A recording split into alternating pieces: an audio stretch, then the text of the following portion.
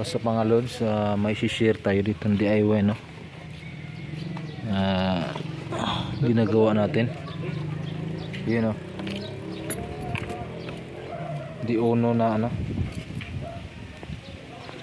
coupling, ginawa natin coupling PVC kasi sa air intake to. Ayun, no?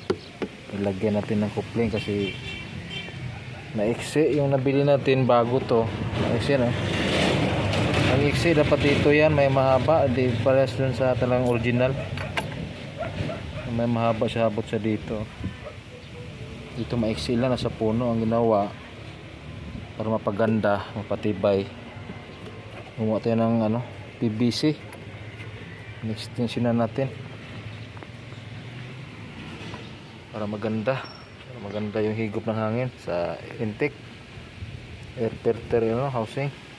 Ito yung ano, luma. Yan yung luma, oh. Yan, busalsal na kasi ito. Busalsal na yung luma.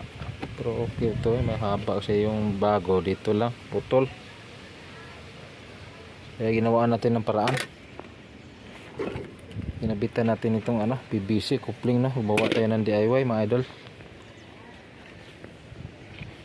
Yun, no. Ginawa natin DIY, panalo mga idol, oh. Tibay 0-0, higop diretso na dito, air filter. Ganyan lang ang mga pag-idea mga idol, i-share natin pag maiksi yung pasukan ng ano, hose, yun, ba't dito yan pasok. Ginawa natin kasi maiksi, dinugtungan natin ng PVC hose. Sana nakakuha yan ng idea mga idol.